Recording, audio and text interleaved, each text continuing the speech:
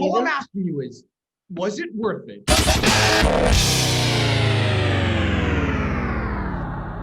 Welcome back, everybody. Targeting Podcast, episode 3. Like and subscribe to the page, please. We got another great episode coming at you. This is Thursday, November 5th. We got a lot coming at you. We got Patriots talk. We're going to do some start bench cut. We'll explain that a little bit later. And then we'll kind of end on a little LeBron MJ debate. So we got a bunch coming at you. We don't have a lot of content. We're trying to work what we can. So let's talk Pats first. So rough week for the Pats guys. Justin, do you want to talk a little more about that? Yeah, sure. Definitely a tough time to be a Pats fan for the first time in basically the last 2 decades that we've seen a team like this. So definitely not the funnest every weekend to be turning on the TV to this sort of Patriot football, but it's all right. You know, I think last week that was a brutal loss to Buffalo with that fumble at the end there in the red zone. Should have at least been overtime. We are well inside field goal range. And I liked what I saw from Cam, though. It's just that we didn't have Julian Edelman. We didn't have Stephon Gilmore. We didn't have N'Keal Harry. We just can't get healthy. And even when we are healthy, we're not a talented roster. So Cam doesn't have much to work with. I don't think it's an uphill battle now. You go ahead, Dan. I don't think that's necessarily true. I think it's there. You haven't been able to practice as a team, really. So you haven't gotten the chemistry. We were an experienced team. We were a veteran team before that. So I think you just got to keep having those. Definitely. I don't think it's out of reach. I agree with you on that. I think so. We'd have to go 7-2 to finish out the season to get to 9-7, which 9-7 probably gets you a wild card spot. Doesn't guarantee you it because other teams will be 9-7 as well. So you have to get the tie breaks and everything. But 9-7 would be the goal at this point. We'd have to go 7-2. We're going into the New York Jets this Monday night, so that's should be a good way to get some momentum going. But hopefully we just get Edelman back, and like you said, Dame can have some practices with a healthy squad. Everyone can get some chemistry going. So let's go around the horn. John, we can start with you. Do you think the Pats make the playoffs this season? The signing of that Dolphins receiver, Isaiah Parker, is it? Isaiah Ford. And we also signed what's his name? Oh man. I'll think of it. You go ahead. It'll come to me. Well, the signing of Ford definitely helps with the wide receiver position here with Keneal out and Julian out as well. They're just, again, like Justin said, we can't really get healthy. Another thing that's kind of putting this, you can go. It's Dante Moncrief, who's been around the league. He's a decent receiver as well. So we got some receiving help. Sorry. Okay. Go ahead. Okay. So we got some good receiving help with that, which I think is good. Cam needs that. I don't know. I think making the playoffs is probably the reach this season. We might make a wild card game. I don't see us making that much farther.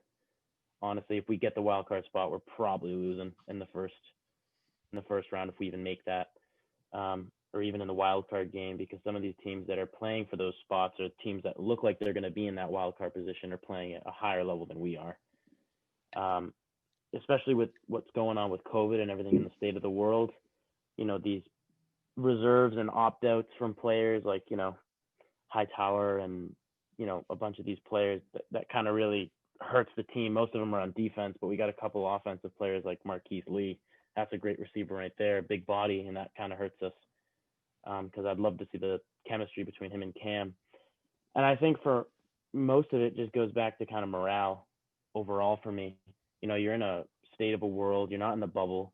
You can go home to your families, but still everything's, very restricted, and you have to be careful because the NFL could end in 2 seconds with, no bubble. And, when you see players that are so good and talented, like the players that I have up here on the opt-out sheet, opting out, that kind of hurts, especially when I go up here and I look at the players that are filling their spot. I don't know some of these players' names. And I've seen a lot of guys. What'd you say? I have the list of teams up that we have to face the rest of the year. Do you want me to read them off and we can go over if we think we're going to win that game or lose Yeah, that Sure. game. Yeah, it's doable. I think it's doable. I've looked at the schedule too. To go 7-2, Yeah, it is it's a really crazy. not- It'd be a miracle. It'd be a miracle, but it I should don't be think doable. necessarily we'll make the playoffs, but I do think we can win 5, 6, 7 games. I mean, maybe 7, but I think Baltimore is the only guaranteed loss in there. Let's hear the Yeah. let's hear the list. Let's hear the list of teams, So you got the Jets, which I think is going to be. I hope it's going to be an easy game. I hope. Okay. Yeah. At this point, when you look at the team, we're not that bad. If we do lose, then we're that bad, and we're not I making. mean, the we're playoffs saying at this all. all last year too. Like we're saying that with the team we had last year. We got to really think about. Well, this- minus Tom Brady, minus the greatest Tom quarterback of Brady. all time. Right. Yeah, I'd say Jets we win. I'd say Jets we We win. can. I freaking hope so. We have the Ravens, so That's Ravens- that's is that our the second- definitely our toughest matchup left. You know, I'm not going to say it's a guaranteed loss because if we come out to play with Cam, we came out to play with Cam. Again, injuries, dissolved in this, but against the Seahawks, and it was a one-score game. Seahawks are one of the best teams right now in the league. That's the most frustrating part for me. I feel like it's 2-5, but it's not like 2-5. Like Seahawks is a one possession game. Bills Buffalo, oh my Right. God. Like, those are two of the best teams right now that are playing and performing of a lot of the teams. we didn't even play that poorly against the Chiefs. So looking I know at without that, Cam. yeah, and that was without Cam. So when We you're actually looking had that at game. that, it's harder to take for me from that because you're looking at a 2-5 record, and that easily could just be flipped. So like it's tough. It's Those tough three to- games And easily could have been ours. the second week you got to play the Ravens. Like in 2 weeks from now, you're playing the Ravens.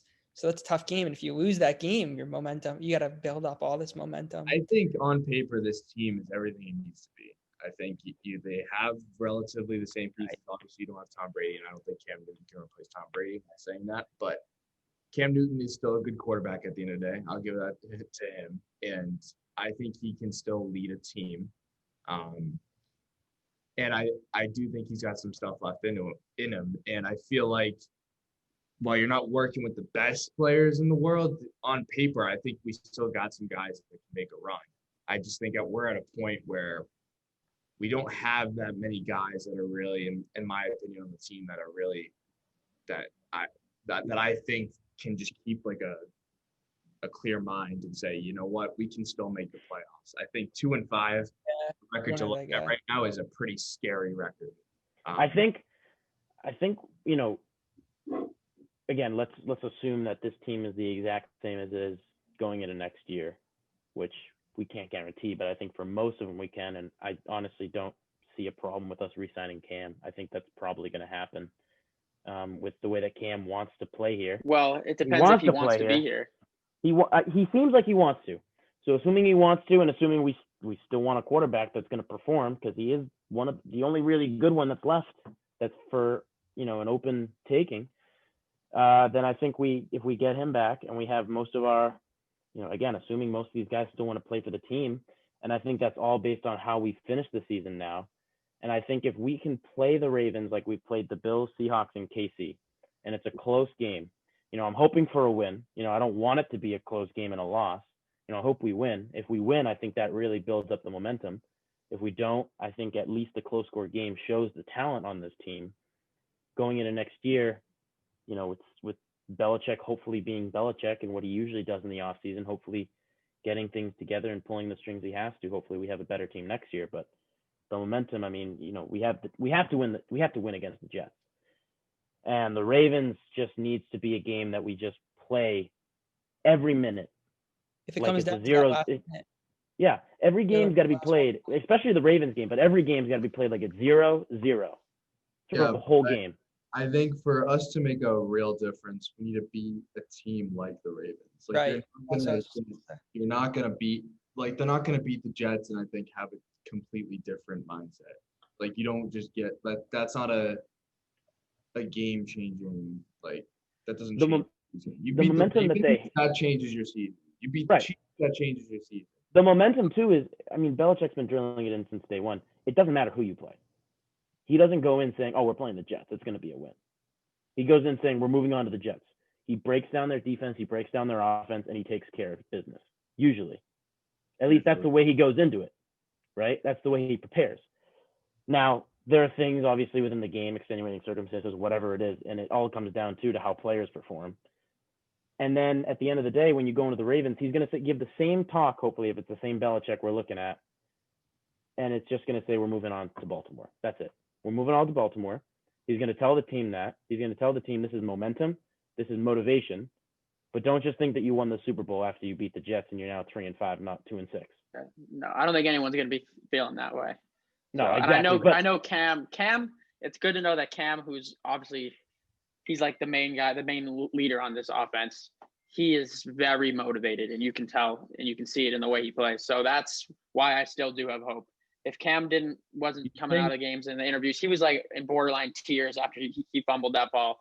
And the way he worked to come back in that second half against Buffalo, like he's something special. And if anyone can go 7-2 to finish out the season, it's Cam Newton. I'm not gonna lie. With the help of Bill Belichick and Josh McDaniels. And Julian Edelman and the rest of them. So you think he win a Super Bowl with us? No, I don't think they're no. Not this season. I'm saying eventually. No, I don't think. I don't think Cam will be here for the long haul. I don't think. I think Cam might. I don't think we're going to want to pay him a lot this offseason. And even if we go 7-9 or something, that'll prove that he's still worthy of a quarterback role, of a starting spot in this league. And somebody will probably offer him more than New England will. I think Cam's going to just be the quarterback that fills the spot until we get a good draft pick where we can get a top, hopefully we move up in the spots in the draft and we get a, whatever quarterback is left that's good, decent, and we're not getting a Trevor Lawrence or anything like that, but we're hopefully going to get someone who's like, better and can maybe take the team into the future, like a Jimmy Garoppolo that we didn't even, you know what I mean? Like a Jimmy G, someone like that. Yeah. And Cam's not going to be staying for the long run. I blame Tom. And I just think I'm gonna do a hot take here. Tom Brady, obviously one of the greatest quarterbacks of all time. That just goes without saying. The greatest of all time. The greatest of all time. I still think, though, it doesn't show it now, but it shows it in small amounts, especially in those KC Baltimore games with the team that he has. I think it's really the system Belichick's put in place too. That's really, it's not. People just said, oh, it was all Tom, but it's not all Tom. A majority of it was Tom. And it's one of those things that Tom contributed a huge factor because Tom was just this underdog who just came back from nothing and used his motivation with everything, whether he was losing or winning.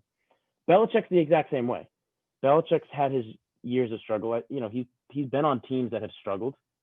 He's been through the systems of many teams that have had shit seasons and good seasons. And I think that when Belichick finally finds his groove, because he's now got to realize he's not working with a Tom Brady anymore, and things are not going to click. He's going to have to tell that quarterback what to do more so than Tom Brady telling him what he's going to do. I think Tom Brady still, he was a different person because I don't think not a lot of coaches get to players, I think, and I don't think Belichick's any different than that. And I think Tom was just able to keep just like he saw something greater. He always could see something greater, and that kept people motivated. And I think you have someone like Cam Newton now where I love him. I think he's a good QB, but I don't know if he has the same – I know he's motivated himself, but I don't know how well he can motivate his players. So, yeah. I agree with that. I think that's well said. I think most of the motivation came from when you look at it, like, for example, when you look at, Butler, for example, not on the offense, so Tom can't carry him necessarily, right? Like most people argue, like, Luke will argue, oh, well, all the wide receivers were carried by Tom, or the wide receivers carried Tom, whatever. Besides the point, because that's what his argument is all the time, is that no matter what star players Tom Brady has in front of him, he's made players that have struggled, like Hogan, who didn't do always that good, but we finally picked him up. He was a good pickup, and Tom made him better. Same thing with Danny Amendola. Who thought Danny Amendola, especially in the playoffs? Yeah. The man caught everything. Well, yeah. I think Belichick could have handled everything a little better in terms of, like, when he lost Tom, in my opinion, like, he lost the majority of his team. And half of that's for Belichick to blame, but I also think half of it's for Tom Brady to blame. And I can go further into that if you want me to explain. I'll elaborate into that. The reason I'm saying that is because, John, you brought up Malcolm Butler, and I think Belichick sort of forced Butler out. I don't think he necessarily Butler made a great catch, and the following season you didn't see much of him. And that was he got forced out. Well, you because did. He was a Pro Bowl cornerback until the Super Bowl game when he got benched in the Super Bowl and we lost to Philly. But we did see a lot of him that season. Yeah, he got Bill benched. chose to bench him. He got benched because of Belichick's principles. Belichick puts the principle of, you got to come to practice over winning a Super Bowl in some instances. And nobody even knows the real story behind that. We don't really know what it is. No one knows what happened. We don't know. I'm and assuming then he got it was moved practice. that offseason. I'm assuming it was practice. I'm assuming it was mouthing off. I'm assuming it was something that could have been worked out easily, and he still could have played. But Belichick Belichick screwed that over, and then I also didn't think he handled the Tom Brady, Jimmy G situation right. And then Tom didn't handle that well either. But Brady, that is always going to be. I love Brady, but he really screwed us over there. Like I'll kind of always remember that. Like that's what I'll remember him for all the great things he did, but that'll always be like my little tinge of resentment because if we had Jimmy G right now, we were a dynasty, but forget dynasty. Like that's like that team forever. Why should Tom care? Why should Tom care about what's next? That's kind of what I'm saying, Damon. It's like in reality, he shouldn't. Like he did what he needed to do here. He wanted to stay an extra. Still on Bill. Like it's kind of Bill's decision in that. How long ago did Jimmy G get forced out? Like 3 years ago? So that's what I was just about to say. So as frustrating as that was, we got another Super Bowl after that happened. So you can never say anything about it because we won a championship after having moved Garoppolo. That one against the Rams, our last one. Yeah, so because we got another ring, we made the right decision. It was at the moment it was either Tom or Jimmy G, and it was too soon to let go of Tom, and we had to let go of Jimmy G as a result of it, and we got another ring, so it was worth it. And Tom told us that he wanted to play here. He wanted to keep playing here. Now, he doesn't look ahead thinking, Belichick's going to force me out or Belichick and I are going to butt heads. No, he doesn't look forward to that. He looks forward to the fact that I want to stay here. I want to win more Super Bowls, and he probably would have won more Super Bowls if there wasn't a conflict somewhere in the organization. My biggest problem with that whole situation was because I don't think Jimmy G didn't need to leave, did he? I don't think he did. Like there was no reason for him to leave. His contract, he was in a contract year, and we didn't have enough money to pay him. That offseason, he got paid $28 million a year by San Francisco. So we couldn't have paid him and Tom. And rather than lose him in free agency for nothing, we just traded him for like a 4th round pick or a 2nd round pick or something. Yeah, you're really holding on to 2 quarterbacks that are worth so much money, and you're only playing one of them. And the other one's just riding the bench. And as much as I hate to say it, you still want to, like, anybody wants to keep, the second best quarterback or the second best, rookie, quote unquote, quarterback. You want to keep them, Jerry. You want to keep them. You want to keep Jimmy G, but you can't tell a guy who's about to go get paid $20 million, oh no, stay, and we promise you that, or quote unquote promise, we'll get you in and whenever Tom wants to leave. Yeah, 5 years, 5 more years. Tom hasn't even left when he left the Pats. He's still playing, and Jimmy G has now played how many seasons? I would risk another 10 years of Jimmy G than I'd rather give up Tom at that point than risk. You can't though. At the moment, that was for a debate, but we got another championship, so you can't even say it. Against the Rams, and that was I think we could have won. I think we could have got a championship with Jimmy G against the Rams. Irrelevant because it was Tom Brady. We got another ring. You can't. It's no longer up for debate. Yeah, I'm sorry. It just isn't. You can't. It's not up for debate. You're going back into the past and looking at stats and everything that are just not going to correlate. If we didn't get a ring, that is definitely a legit thing. And I was frustrated when it happened. I was upset. I was upset. But at the end of the day, it was too soon to let go at Tom, and we had to make a decision: Tom or Jimmy. And that was the decision. We made the right decision. We got another championship. End of story. Where's Tom now? What's our record right now? Hey, Jerry. Yeah, but again, you're relating the problem that we had with Tom this season to wanting to get rid of him in the past. That doesn't correlate because Tom didn't in the past think, I'm going to have a problem with Belichick in the future. Tom was always going to leave. And Tom was always going to leave. I don't think that the reason Tom left was because of Belichick. And Damon, I'll let you go ahead. I think I know why the reason Tom wanted to leave, but go ahead, Damon. Why would you have made that same decision three years ago with Tom? How old was Tom 3 years ago? 40.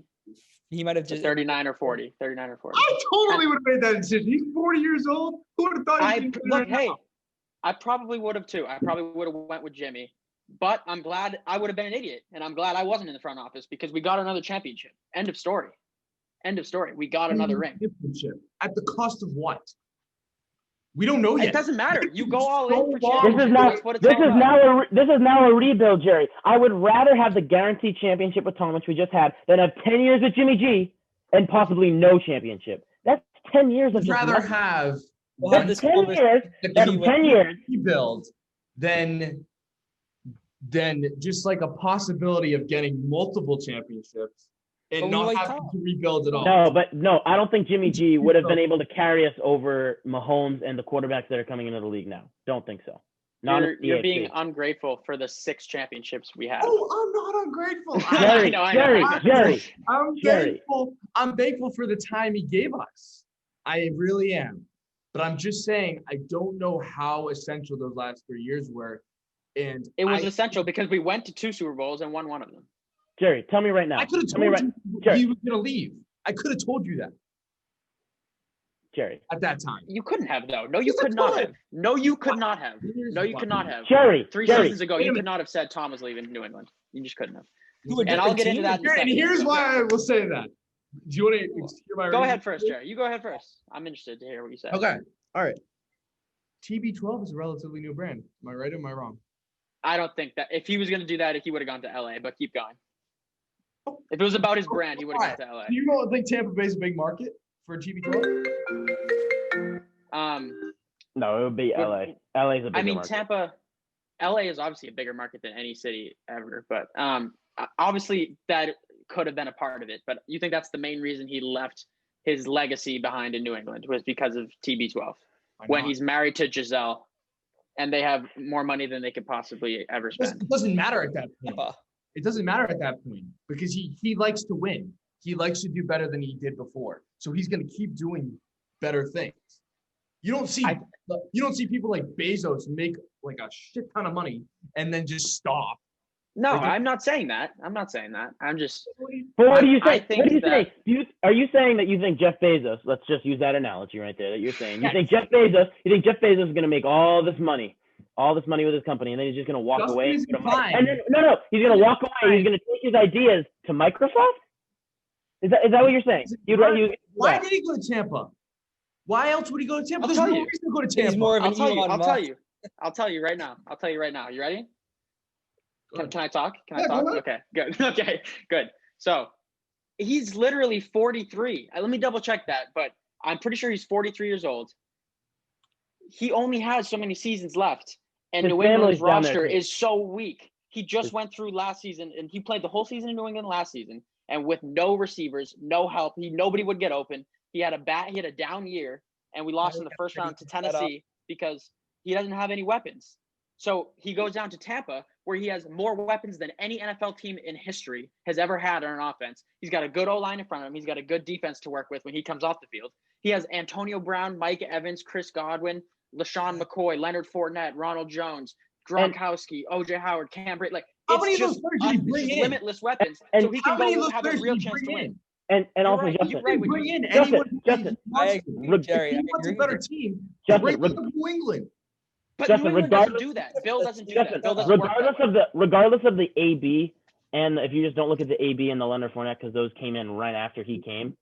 Another thing is that when he gets offered by the Bucks a team and an offense that is already, they've struggled because they haven't had a QB to tie them together. But you look at Mike Evans and Chris Godwin, two of the best receivers right now. Two of the best receivers. Again, injuries with Godwin right now, but overall, two of the best receivers I've seen in the league. And the Bucks have struggled every single year. The defense, you got Ndamukong Suh, you got Jason Pierre-Paul on the edge. You got all these great, and now you have, what is it? They just got rid of Kiko Alonso, and they just got Quan Alexander.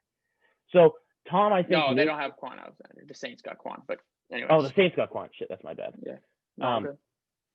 But when you look at what Tom was looking at, part of it, I think, and maybe you don't agree, and it seems like a small reason, but again, it goes back to he's aging. He struggled with Pats last season. He's not getting the weapons that he wants, and the Pats are not probably don't have the cap space or the team that's going to sign a bunch of those players. They already got rid of AB, and Tom had liked the chemistry with that. He goes to the Bucks. He gets a little better wide receivers, some better targets. He has an overall better team to him that he can work with for a couple more years. And another thing is he's moving down to where his family's going to be. Another thing, I mean, Tom's a big family guy. His parents, too. You always see it. And I think that played a part of it, too, because his parents are aging, too. Tom's aging himself. And me personally, I'm going to be honest with you. At the end of the day, if I have that many Super Bowls and I get an opportunity to play with a team that's coming up to stardom, a really good team, and I can be with my family, I'd do it. But why not just retire at that point? Why not retire? Exactly. Years. Because he You wanna still play the knew game? he had You a want to couple still years play the left. game. I You just- want to still play the game. Play Are the you- game in the same Are you place. saying, Jerry, are you saying that you would give up basketball? You would give up basketball? You talking to me? No, I'm talking to the guy behind you. Like, are you like, all right? So if you're playing Where's this going? professional basketball, I if don't you're know where playing this is professional, going. Go because you ahead. just said, why wouldn't you just retire? If you had six rings and you're playing basketball and you could move away with your family, enjoy another team, and possibly get another ring or two in your season with a good team, and still make some more money, would you do that? Get a ring at my. What do you need money I'm for? already on. And you're Why gonna would I go be somewhere like a whole else? new brand. I'm I not No, just- gonna go somewhere it's a because completely different family. situation. If I It's have that Go ahead. okay, he is the greatest quarterback of all time. He knew he still had a couple years left in him, and he had an opportunity to go to a team that was going to go all in every definition of the word, all in to get him to put the pieces around him for him to get another championship at the age that he is, which is 43, by the way. And he took it. And New England wasn't going to go all in the same way Tampa just went all in.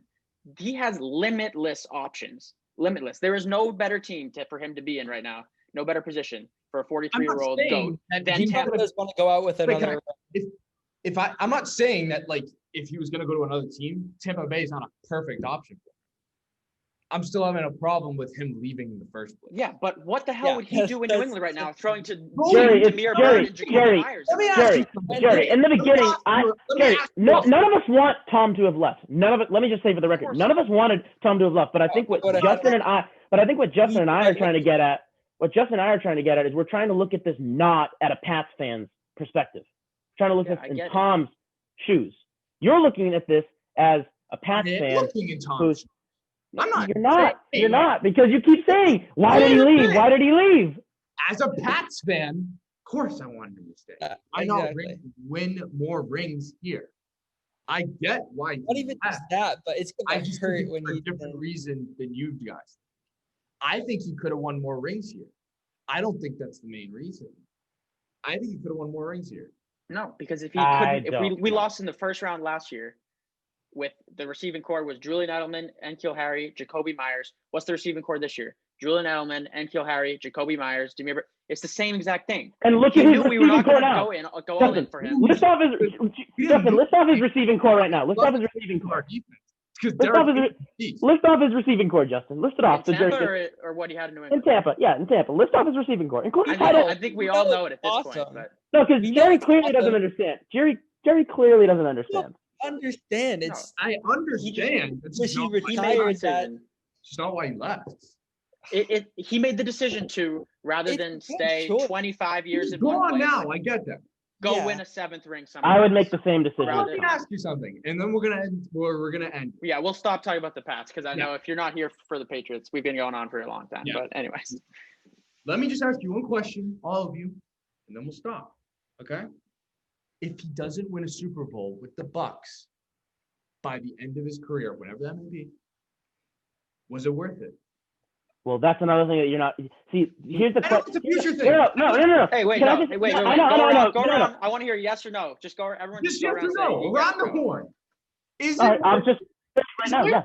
Because you're not going to change my mind by the way you word it. Yes, it is worth it because first of all, the way you're wording this question is you're trying to get me to say no because you're again instilling into your argument the fact that if Tom stayed, he would have got another Super Bowl with the team he had, which I don't see happening. I do not see happening. No, even if he didn't get me, What else would I have to say? Just retire. David and Justin go, and then I want to say something. So wait, what's the option? He retired. What are you giving me? The option he stays and plays another season? All I'm asking you is, was it worth it? We're talking future. He's only in this for a ring. Assume he doesn't win a ring. Was it worth it to go to the Bucs? Yeah. Dame, you go ahead. Okay, John says I yes. don't think so. I agree with you, Jerry. I don't think it was worth it because the only reason you're going to Tampa in the first place is for a ring. You don't need the money. Your wife makes more than you. It's just like you're He's just a competitor. He wants to win. Yeah, here, anything, Jeff. it just hurts us New England fans because you left us. Thank you. We're respecting you right now because of all you've done for us. No, I get it. We respect everything he's done for us. But now it's just like, you want another ring. We get that. But if you didn't even get a ring, then it's just, why not It stay? doesn't, but that's the other thing, is that it's called taking a chance. You don't know if you're going to get the ring or not. It's called taking a chance for a reason. So you could get the other ring and make it 7, or you could keep 6.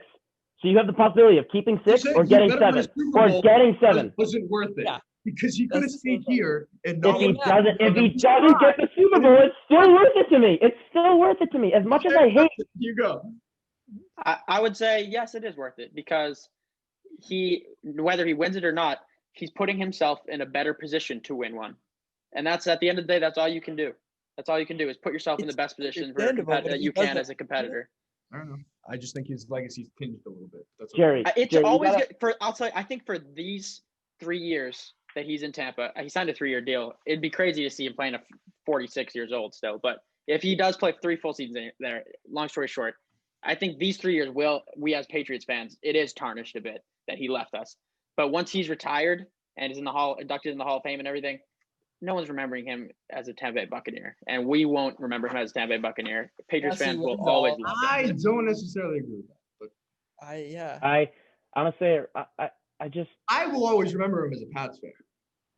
But if some reason John and Justin are right, and these next 3 years are dominant for the Bucs, that's like a super team.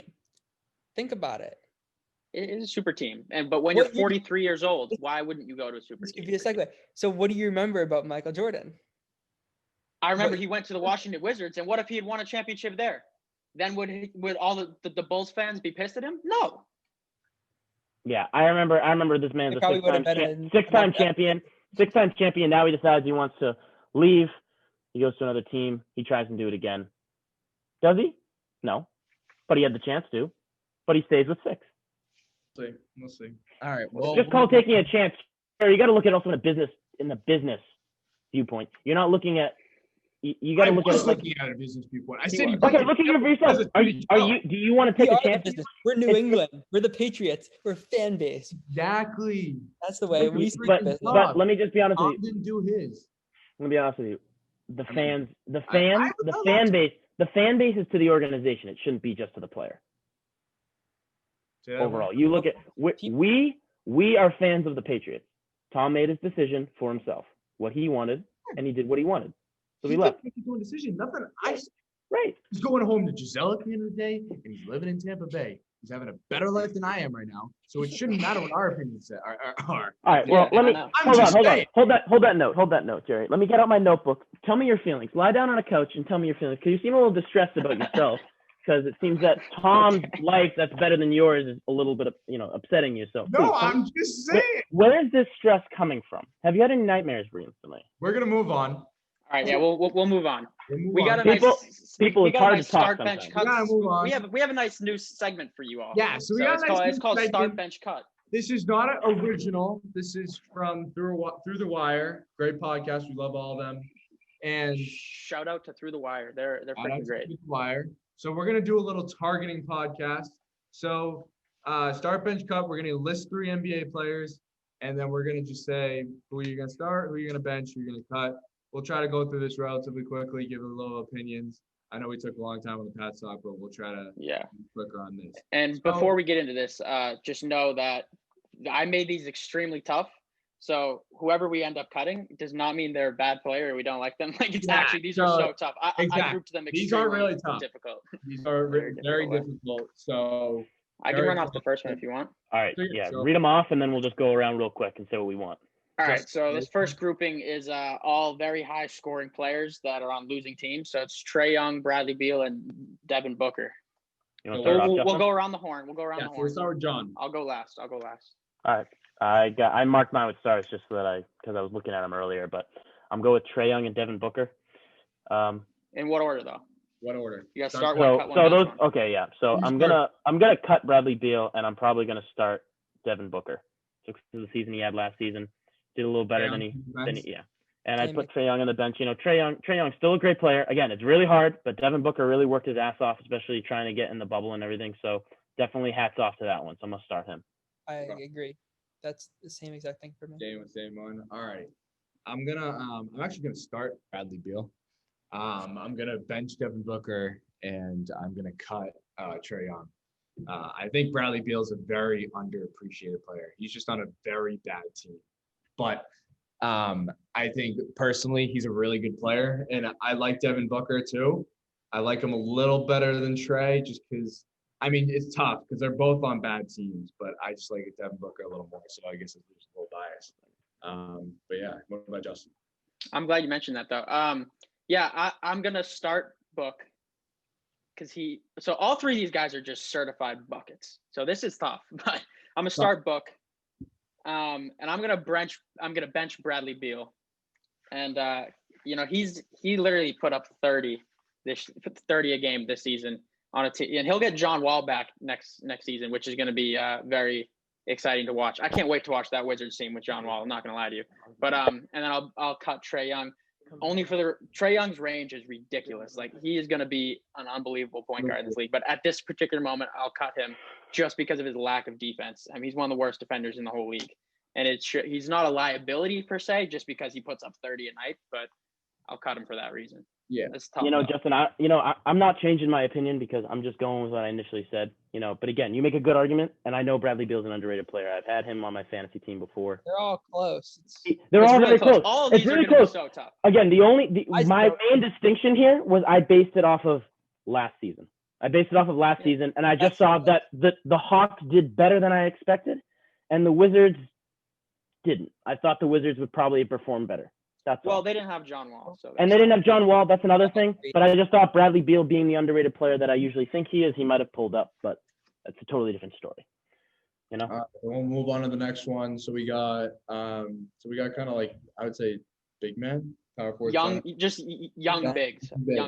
Young bigs. So we got Deandre Hayden, John Collins, and Jaren Jackson Jr. John, you can start.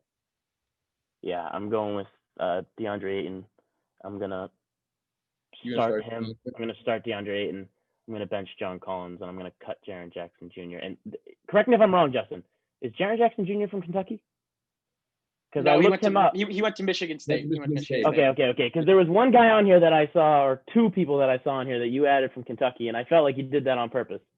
I know Book went to Kentucky. I haven't really looked at the rest of the list, but it's definitely possible. A lot of great players from Kentucky. Karl Anthony Towns is on this list as well. Yep. So, yeah. And De'Aaron Fox. I think De'Aaron Fox. That's who it was.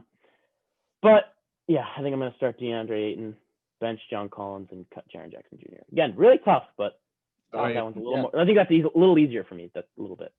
How about you, Dan? Yeah, I didn't really know too much about these guys. I watched a video today, or a couple videos, just on the way they performed, and I would start Jaren Jackson Jr., bench John Collins, and cut Deandre Ayton. I like that. Just what I putting saw. Some respect on JJJ's name. I like it. Yeah. You want to go, Justin? I guess I'll go. You go ahead, Joe. You go ahead. All right. So this was tough for me. I think Deandre Ayton's a pretty good player, but I personally just think he's just a liability. I don't even think he's a liability on the court. It's just more off. But I'll probably start John Collins, actually. I really like John Collins. I like his game. I'm probably gonna bench Deandre Ayton, and then I'm probably gonna cut Jaren Jackson Jr. Jaren Jackson Jr. is not a bad player, but out of Deandre Ayton and John Collins, sorry, I just think he's the worst of the two. Yeah. I think again, like I'm doing my rankings off of this day, this moment right now. So it's not about potential per se. And I'll start Deandre Ayton. I think he's a very good young center. I think he has a lot of potential as well, even though I just said it, we're not doing this about potential, but that's not even my point, actually. It's right now, I think Deandre Ayton is the best of the three. I'll bench John Collins, and John Collins is a 21-10 guy in his sophomore season. I think he's a great pairing with Trae Young. And Jaren Jackson, I'll have to cut him, but I I think he's a great pairing with Ja Morant, and with Book, Ayton, Trey, and Collins, and Ja and Triple J. This is going to be 3 crazy duos to watch Definitely in the future. in the future of the NBA. Yeah, that one's a little easier for I think all of us to agree on, but that's still a very tough one. Yeah. All right. Now in this one, we have a Celtic in the bunch here, so this one Yeah, I can see where we're all going to go with this. Yeah, I know. So try not to. Yeah. So we got Kemba Walker, D'Angelo Russell, and De'Aaron Fox. John, I was trying not to be biased in this one at all. So Yeah, I am too. I'm going to start D'Lo because I've always loved the way he plays, great player. I'm going to bench Kemba, and I'm going to cut De'Aaron Fox. I just think Kemba's better than De'Aaron, and I'm trying not to be biased. I think because I'm also looking a little into the future. I think Kemba when he performs, he performs. When he has his off days, obviously, it's not good. But I'm looking at when he performs, and he came out, and we had a pretty good run this season. Again, Yeah, all things aside, but that's what I'm going with. I agree with that. Yeah, try not to be biased, but I've always liked Kemba. So it's tough. Yeah, I know. I'm gonna agree with John actually on this one because it's hard. It's really hard. But he's actually only 23. I'm just deciding today. So he's a young guy, and I think Kemba's getting a little older. I don't think Kemba's that old. He's 28, 29. Yeah, so he's getting kind of there, and then I just think De'Aaron Fox is still pretty young. He's got a lot of potential, but he's got to do a little more. Again, he's not on a great team. But and when you look at those two players, like D'Lo's moved around a bit, Kemba moved from one team to another, but those two players I just think really carry that spot that you want to put him on your team or at least on your bench. De'Aaron, he struggled with that team, and not that he isn't a good player. It's just that you look at the other two and they've really performed on teams that even struggled a little bit. That's all. So yeah, so all 3 you are starting D'Angelo? Yeah, D'Lo. I know you're gonna start Kemba. Respect. Oh, no, I'm gonna start Kemba Walker. Yeah. Again, I'm not trying to be biased. He's just I'm gonna start Kemba. You've always been a Kemba fan too. And I know you've always been a Kemba fan. Yeah. If he wanted to average 26 like he was in Charlotte, he would be, but he intentionally is averaging 21 so that Jalen and Jason can run the offense. And I think him as a floor general, as a point guard, he is unbelievable, and I love that we have him in Boston. D'Lo is one of my favorite young guards. I love him so much. I loved him in Brooklyn, and I'm sorry to see that his career has gone the way it has. I hope he finds a new home in Minnesota with like one of his best friends in Karl Anthony Towns. I think they will be there for a few years at least. I think that will be a nice duo. They need some help still around the two of them, but I think that'll be a nice duo. And I'll cut De'Aaron as a result of that. But I think De'Aaron Fox only isn't really living up to potential just because of Luke Walton as the head coach of Sacramento. Like when Luke Walton wasn't the coach there, when he was the coach of the Lakers, and I don't remember who their coach was, but De'Aaron's rookie year, he was like one of the best guards in transition. He just ran the floor, and he was unbelievable in transition. And then Luke Walton came in and said, "We're slowing everything down. No scoring in transition." And it's just awful. They are the slowest. They went from the fastest offense to the slowest offense. And De'Aaron in the half court is a lot different than De'Aaron in transition. So I'll cut De'Aaron for that reason. Yeah, definitely. And that moves us into another tough one. We got Kyrie Irving, Ben Simmons, and Russell Westbrook. I'll start this one off. Again, because I think you boys know, but people watching probably don't. I'm not a big Kyrie fan. When he was here, sure, but there were problems with him, so I'm not a huge Kyrie fan. But that's beyond the point. I'm looking at the way he performs and the way he plays. Kyrie's a ball handler. Kyrie's a shooter. So I'm going to start him for that reason. I'm not going to disrespect him for, same with LeBron. Don't like him, but I'm not going to disrespect him. They're amazing fucking players. This was a tough one for me. Again, not seeing Ben this season, at least in the playoffs, was tough. Again, he's still not a three-point shooter. Russ isn't either. But I just like the hustle and the physicality of Russ charging into the paint, getting the points when you need him. Doesn't shoot from the arc. If he does, he just bricks it. But I just have to say Russ on this one because Ben's good. Again, he's not a three-point shooter. If he was a three-point shooter, I would take Ben because he also plays in the paint really well. But because Russ performs so much stronger in the paint, in my opinion, I'm going to take Russ at the bench and cut Ben. It's a tough one, but that's what I'm going to go with. Dave, you want to go? I'm going to cut Ben. I just can't decide between Kyrie and Russ. Yeah, it's tough. I think I can agree with John that overall, when you look at Kyrie, you got to give him the start, no matter what you really think about him. Definitely, yeah. But it's really close. So I'll give it to Kyrie. I'll start Kyrie and then Kyrie then bench. Russ. Yeah. I think first I want to say, if I was starting a team, I wouldn't pick any of these players personally. But I think from like a skill perspective, you have to pick Kyrie. I don't think he's necessarily great for your team, but he is just unbelievably talented with the ball, and he can score. So I'm gonna start him for that reason. Ben Simmons and Russell Westbrook is kind of tough, just because Ben Simmons, I think he can be something. So I don't know if I want to base it off potential or right now. So I'm gonna bench Russ and cut Ben Simmons, but I feel like that could switch at any point in the next couple of years. Yeah, I agree. You guys made great points there. I'm gonna start Kyrie, for the reason that he literally may have the best handles in NBA history, and just the way he handles the ball and scores the ball is very impressive. So you have to start him. He's definitely the best of the bunch here. I'll bench Ben Simmons because of his all-NBA type defense and the way he can just play make and the way he sees the floor. And Russell Westbrook I have to cut.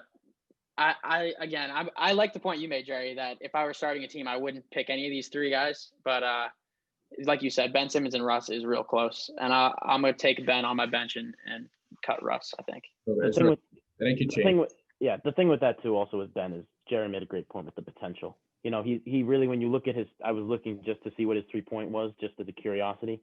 He had, I think, like 0 or some small. He doesn't take them. That's the difference. Russ takes them and doesn't make them. Right. But, I mean, he makes some. He makes some. But Simmons was taking more, or he was trying to take more, and he had a higher percentage compared to when he didn't take them. Also, when you look at Russ, when he takes them and misses. So when you look at potential, I would probably take Ben. But I'm just looking at right now, clear cut, season-wise.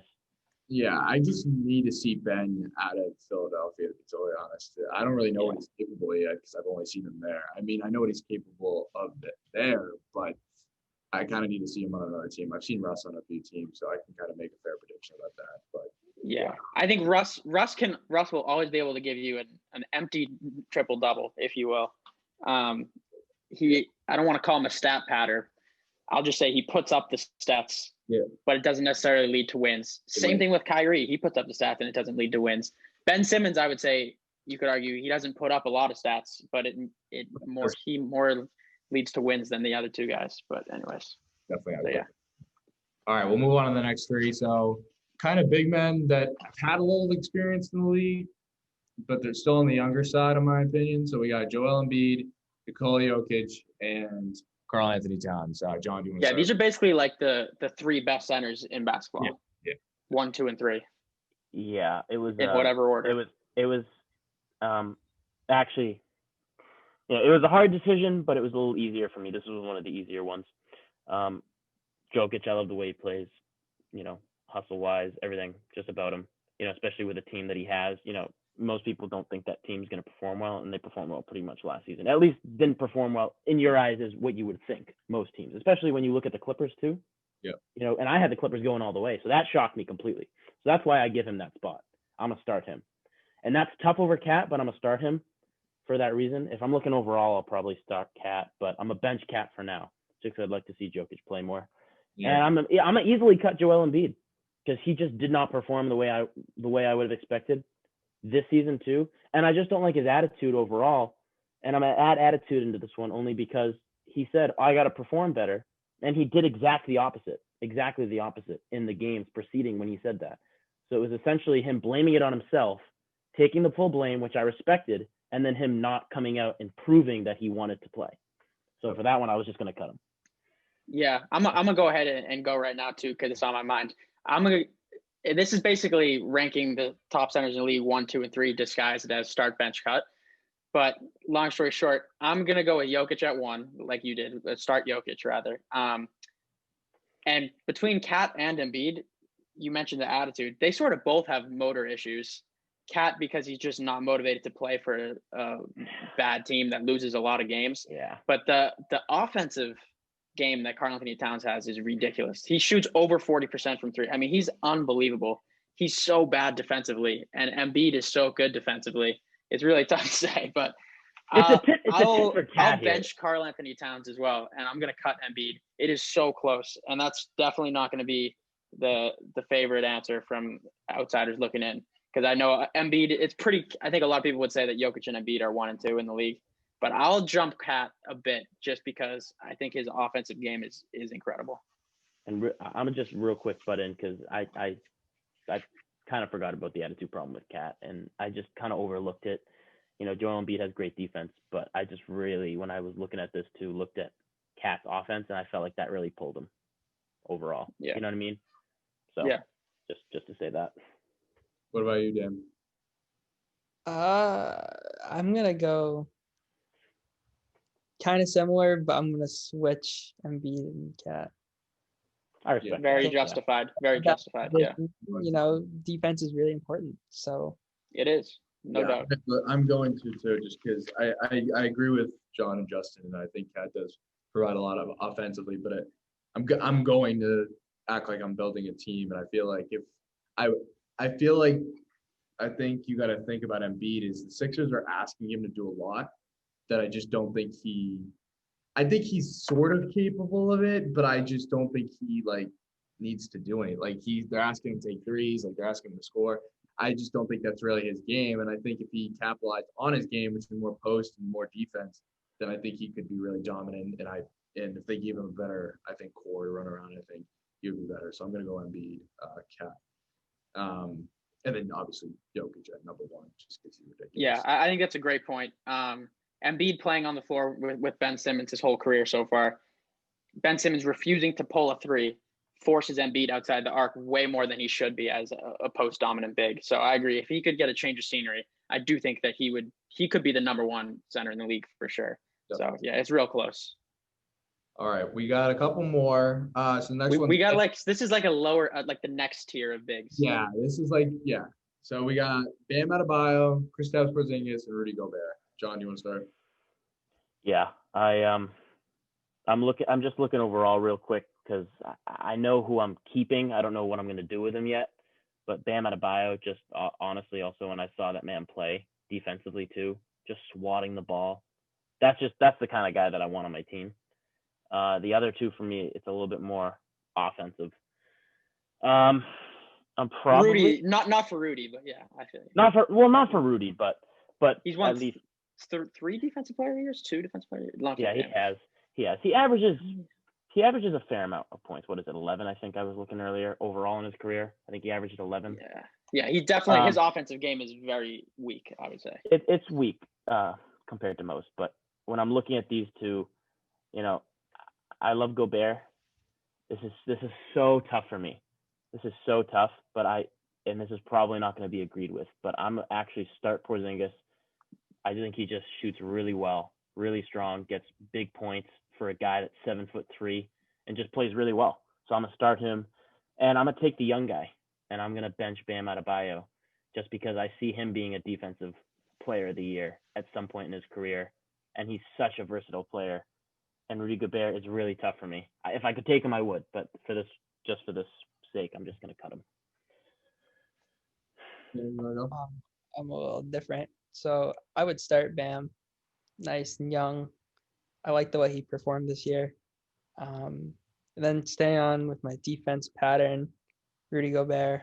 I'd put him on the bench. You got to have defense when you're that kind of player. And then Kristaps, not really anything wrong with the way he plays. It's just that's just who I want. Yeah, no. That's the way it goes. Yeah. Yeah, that's the way it goes. These are hard decisions teams have to make. So, you want to go, Jerry? Yeah, sure. It's really tough for me because I feel like all great centers, all like on certain situations I'd start them. Gobert is just, I think, unreal defensively.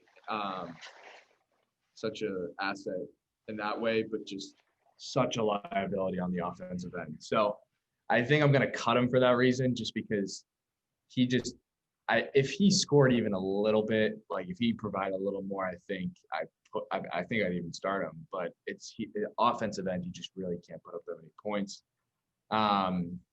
So that just leaves it between Bam Adebayo and Kristaps Porzingis. I'm probably gonna put Porzingis over Adebayo. I like what Adebayo did this year. I would just need to see it like consistently. And if I saw it consistently, I'd probably start him. But Porzingis, I'm going with what I know. I think he's established himself. He just needs to, he needs to play more games. So, Yeah, I agree. I'm gonna start KP. He's by far the best offensive player in this pool here, which is a little bit unfair to stick him in here with Bam and Rudy. I should have thought of that, but I figured this was like just. I probably would have swapped him. I probably would have swapped him with Embiid. It's well, then Embiid would have dominated this guy. But long story short, I'll start. It is still close. It is still close given how talented these other guys are, whether it be defensively or offensively still. But so I'll start KP. I'm gonna bench, but he needs to stay healthy though. He needs a full healthy season. KP, I need to see that from him. I'll bench Bam. No, I'll bench Bam. I'll bench Bam because he made a finals run and he's incredible. What he did to the Celtics, and I didn't just watch, like, I'm not just basing it off what he did to the Celtics. What he did against the Bucks with defending Giannis was really, really impressive. And what'd you say? I thought he played decent in the Lakers series too. I thought he was one of the players. If he had been healthy for the whole series, it would have been interesting to see. It sucked. He missed 2 or 3 games. That sucked. But and then I'll have to cut Rudy. Like you said, he is a liability offensively. I've seen somewhere that he sets the most picks in the entire NBA, which is crazy. So you have Donovan and Mike Conley and Jordan Clarkson all just running off screens all day, which Rudy is like one of the best in the league at that. So that's, I mean, he what doesn't show up in the score sheet, he's really good at, but I have to cut him. It's just the type of league we're in. It's so it is. Defense definitely matters, but I mean, you kind of need to score at this point because the defense is a nice thing to have, but if you don't have the offense, it kind of hurts. You don't have the offense because I feel like, I mean, we're not seeing like, I remember, I don't know if you guys do it, but I remember like 80-point games, like 80, 70, like 15 putting up, and you just don't. I don't think I ever saw a 140-point game. Well, yeah. I think the Clippers had once. I mean, that's an extreme, but I never seen, like, I think the most I saw was probably like 1. If you're not putting up at least 90, you're probably not winning the ball game. So I think And at the end of the day, you have to pay all these guys, and I'd rather be paying Bam or KP $35 million than I would rather pay than Rudy. I can't justify paying Rudy a max contract, which you're going to be a free agent coming up. Not this offseason, I don't think, the one after. And he's going to be looking for a max, and I don't know if somebody's going to give it to him. That'll be interesting to see. Did the Celtics have any interest in him? I don't know if I saw that or not. I don't want us to have interest in him for the exact reason I don't want to be the one that pays him. So there's always rumors of the Celtics. You think he'd be willing we to? have Daniel Tice. But, yeah, that's true. So any center is always rumored to Boston, but like Andre Drummond, Miles Turner, everybody's rumored here. But I don't want Rudy because I don't want to be the one that pays him for literally that simple reason. Okay. All right, we got 2 more quick ones, so we'll go with the first one. So we got Pascal Siakam, Chris Middleton, and DeMar DeRozan. John, you can start. Yeah, and kind of a tough one, but I think I'm just gonna send it real quick. I think I'm gonna start DeMar. That whole DeMar Kawhi thing.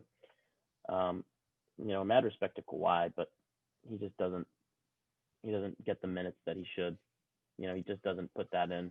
And I like DeMar. Well, I mean, Kawhi is definitely better than DeMar, but yeah. He is better, but he is better. Not close, but yeah. He is better, but I think I'd pick DeMar than have some guy that just is not going to guarantee me some big minutes.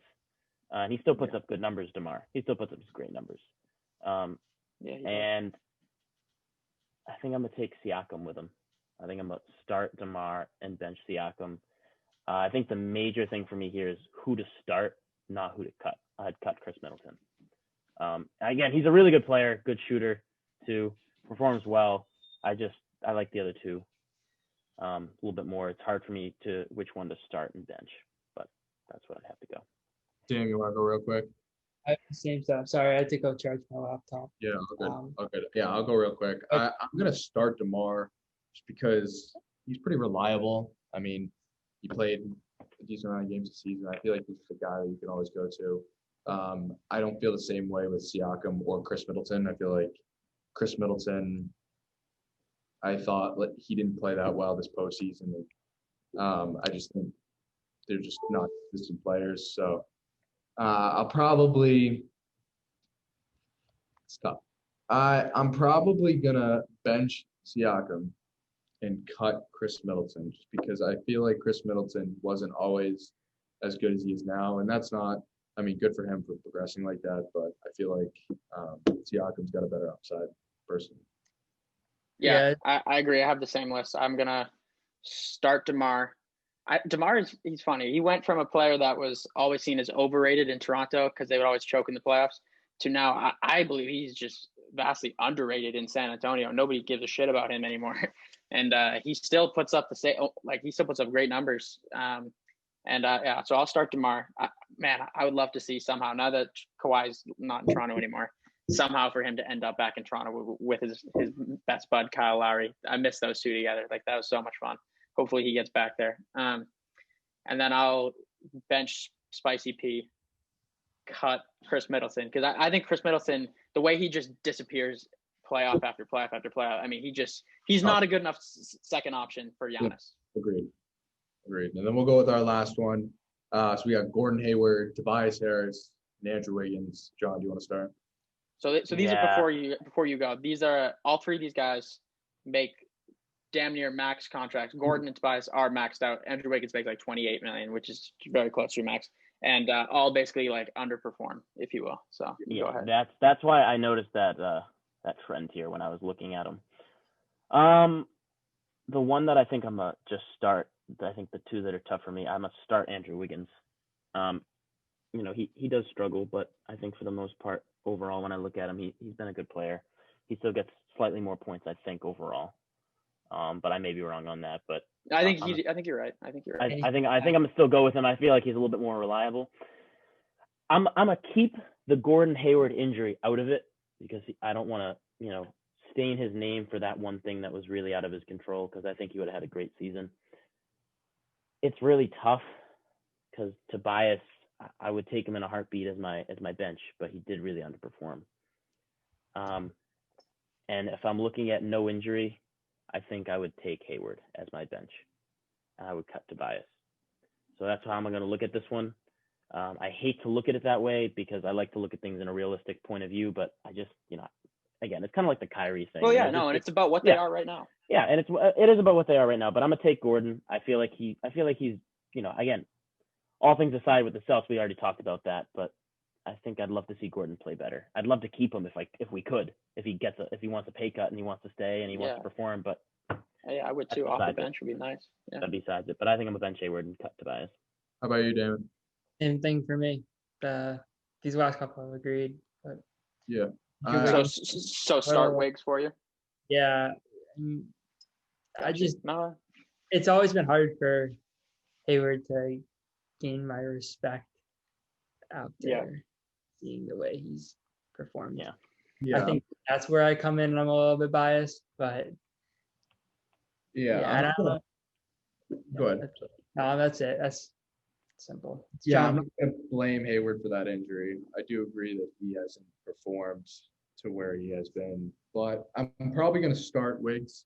I don't really like Andrew Wiggins that much. I don't know why, but he does put up a decent amount of numbers. He puts up good numbers. Sorry.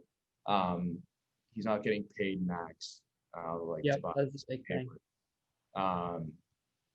I'm personally going to bench Hayward because I still think Hayward puts up a decent amount of points. He's not reliable, but when he is out there, I think he puts up a decent amount. But Tobias Harris is pretty reliable too.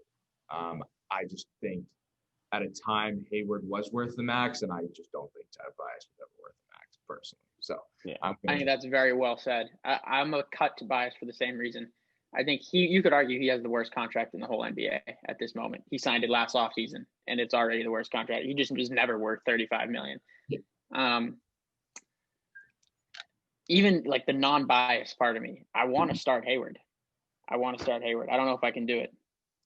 I think that if Hayward wasn't surrounded by Kemba, Jalen, and Jason, who all average over 20, I don't think Hayward's numbers would be 16 points or whatever, that 16 or 17, whatever it is. It probably would be touches. Damn near 20. And he doesn't really, the role we ask him to play, I think he does play well. He's a good playmaker. He's a good two-way player all around. You know what? I'm going to start Hayward and bench Wiggins. As much as I like Wiggins. Part of Wiggins' stats to me feel a little bit empty. I'm going to start Hayward. Non-bias. Start him. Interesting. Okay. All right. Well, that's all we got for start, bench, cut. Kudos to how long we been running? Do you know? Yeah, we've been on it for a while. We're gonna apologies. This was a we little should tough just end it here. We're gonna end it here. So we'll get to the MJ LeBron debate next time. So tune in for that. If you like the video, please like it. Please subscribe. Follow the journey. Subscribe We're for gonna be sure. here every single week, every single Thursday. We're dropping them on Saturdays. Hit that like button. Yeah. Hit that If you subscribe got button. to this point, if you're watching right now and got to this point, you must like sports. Hit the subscribe button. Leave a like. Can I finish off with something? Comment in the comments what you would like us to talk next. Facts. Leave below. What do you want us to talk about? Anything. Final thoughts. I think we should do start, bench, cut for each of the pro sports and other players too in the NBA, of course. I'll look to draw up some more of this. This was I like think we'll keep that. You can end it. Yeah, with. I think we'll do a shorter segment of start, bench, cut. I think this was a good introduction. We'll end some with it. It's a little more fun to end with. Yep. And let us know if there's anything else that you want us to do. We're going to try and keep them a little shorter. Our arguments get a little long, but MJ and LeBron's going to take up a majority next time because that's a big one to talk about. One thing. Let us know what you guys like. Let us know how you would want to see these videos. They're a little long, but you can always we'll try to break it up so you guys can go to a certain section and check it out what you want to hear. So Definitely. And we'll try and keep them shorter, but love y'all. Keep watching. If you made it to this point, like Justin said, you're fucking unbelievable. I'll send you a Christmas card. Love you. Love your family. Love your mom. Peace out. Shibuya. Real boys. See you Peace. next episode. end the recording.